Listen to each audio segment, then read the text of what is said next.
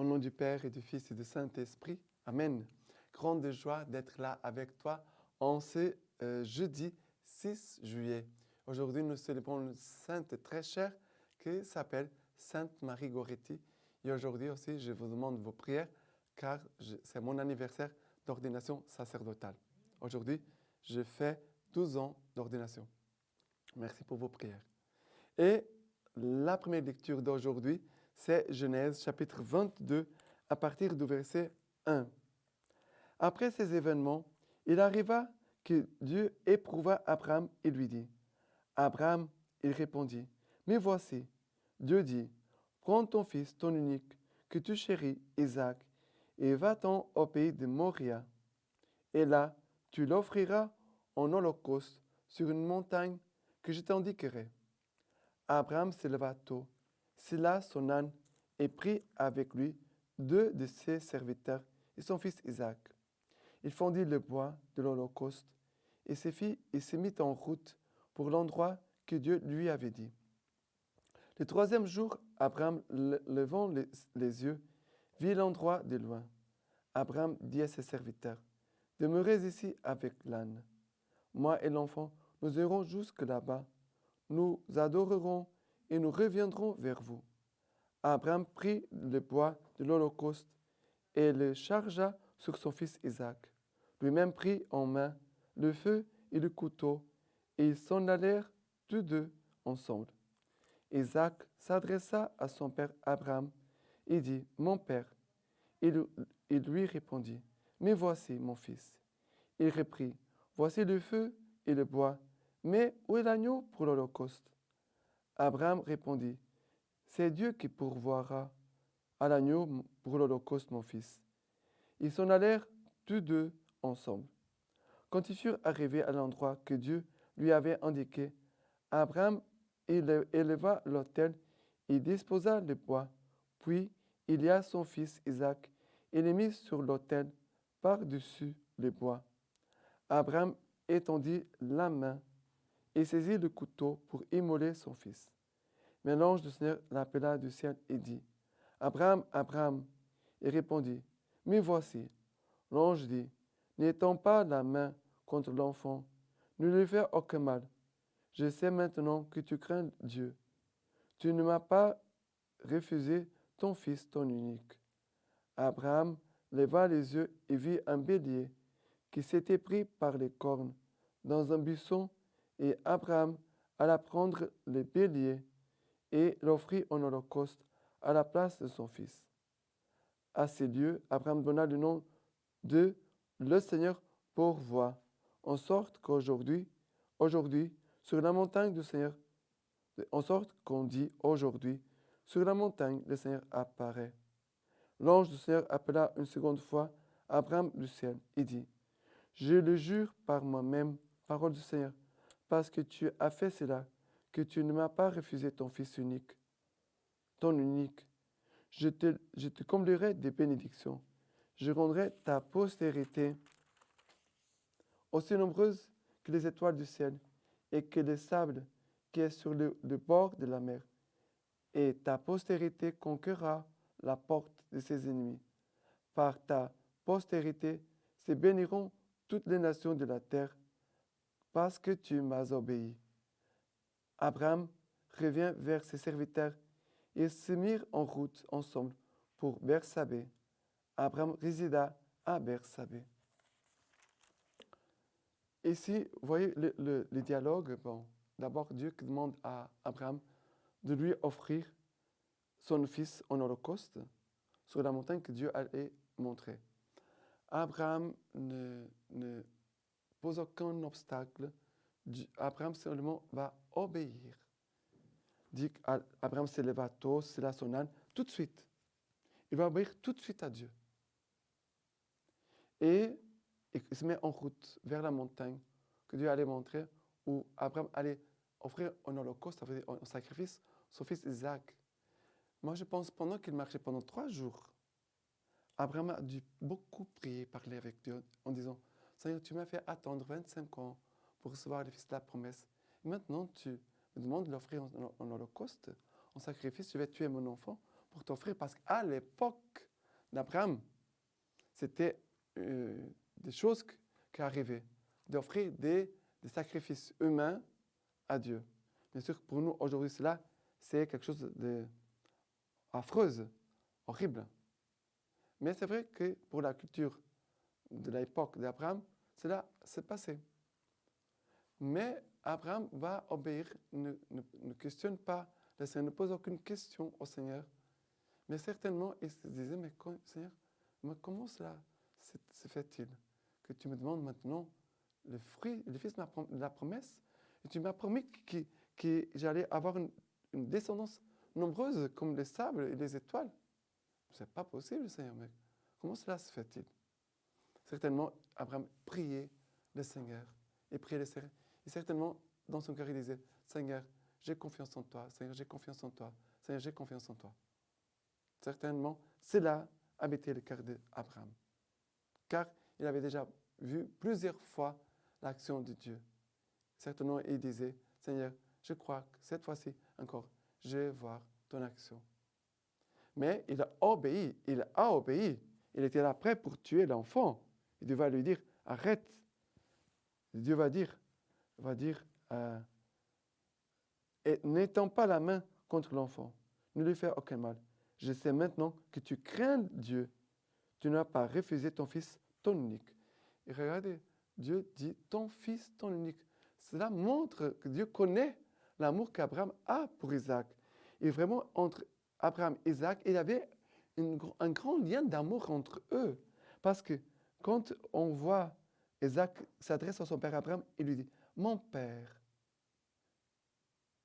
voici le feu et le bois, mais où est l'agneau pour l'Holocauste? Mon père.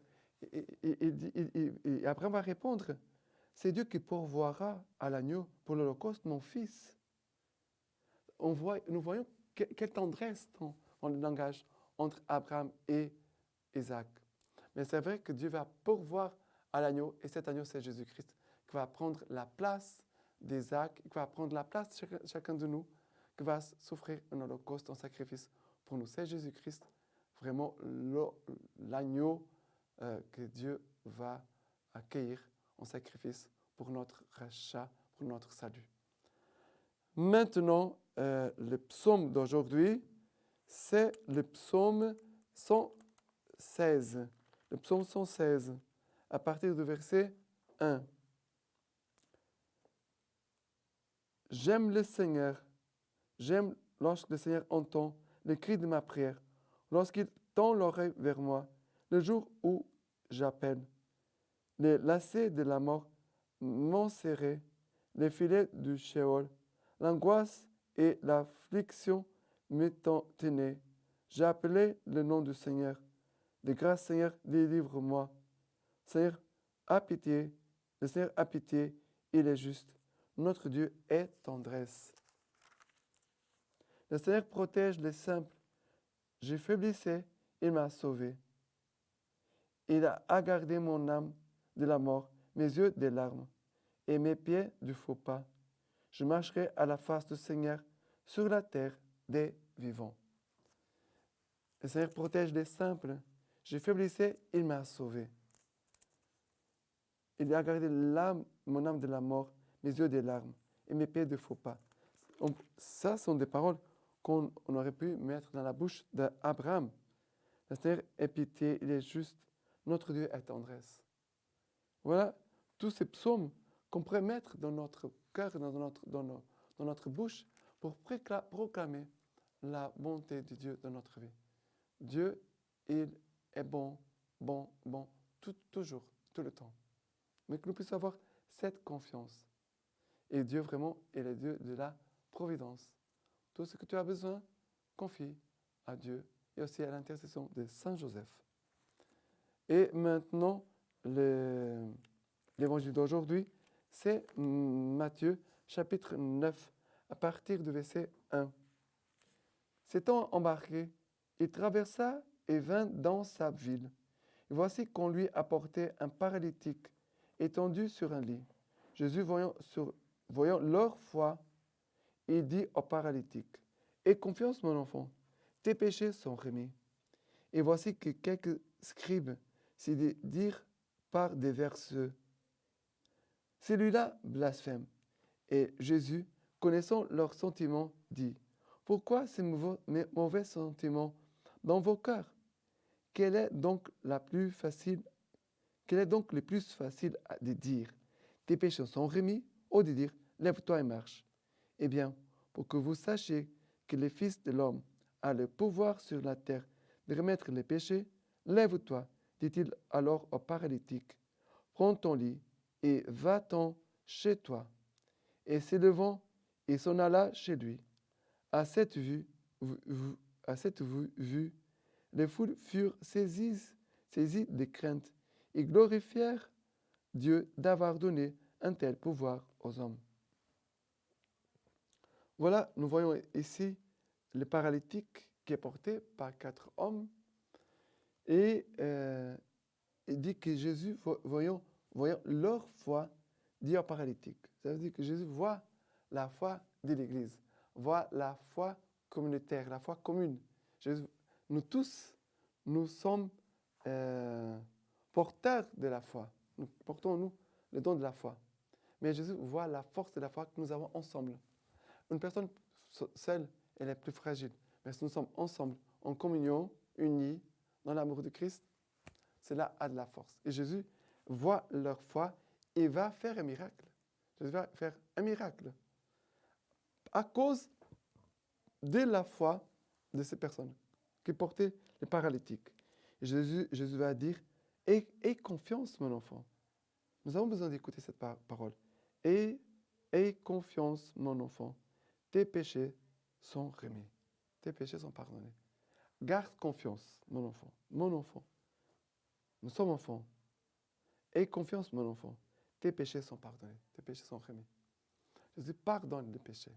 Parce que c'est le plus important. Parce que les péchés empêcheraient cet homme d'entrer au ciel.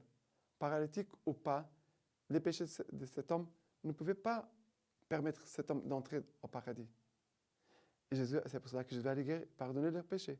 Mais après, pour montrer que le Fils de l'homme, ça veut dire Jésus-Christ, a pouvoir sur cette terre de pardonner les péchés, il dit, pour que vous sachiez que le Fils de l'homme a le pouvoir sur la terre de remettre les péchés, lève-toi, dit-il alors au paralytique, prends ton lit et va-t'en chez toi. Voilà, le Seigneur veut nous montrer ici la force du pardon divin. Quand nous confessons, on reçoit le pardon de Dieu. Vous voyez la force que ce pardon produit en nous, de nous mettre debout, de nous faire avancer, d'être le cœur en paix, renouvelé. Il y a beaucoup de grâces qu'on reçoit. Voilà, par le pardon de nos péchés. C'est pour cela qu'on doit se confesser fréquemment. Ça veut dire que chaque mois, tu dois te confesser. Chaque mois. D'accord? Maintenant, la lecture patristique de Sainte Maria Goretti, Vierge martyre. Maria Goretti appartenait à une famille très pauvre des Marais Pontins, au sud de Rome. Elle avait juste 12 ans quand elle dut résister aux sollicitations d'un jeune voisin. Devant son refus, celui-ci, fou de passion, la frappa à coups de poinçon. Maria mourut le lendemain après avoir pardonné à son meurtrier pour l'amour de Jésus. Et maintenant, ici, l'homélie de Pie XII nous dit ceci. Assurément, nous ne sommes pas tous appelés à subir les martyrs, mais nous sommes tous appelés à posséder la vertu chrétienne. Mais la vertu exige de l'énergie. Sans atteindre le même sommet de courage que cette jeune fille angélique, elle réclame néanmoins de notre part une activité persévérante, attentive, qui ne devra jamais se relâcher jusqu'à la fin de notre vie. C'est pourquoi on peut parler d'un martyre lent et prolongé auquel nous incite cette affirmation divine de Jésus-Christ. Le royaume des cieux souffre violence, et ce sont les violents qui s'en emparent. Et maintenant, je vous laisse la bénédiction par les mains toute pure de la Vierge Marie. Que Dieu Tout-Puissant vous bénisse et vous garde, le Père, le Fils et le Saint-Esprit. Amen.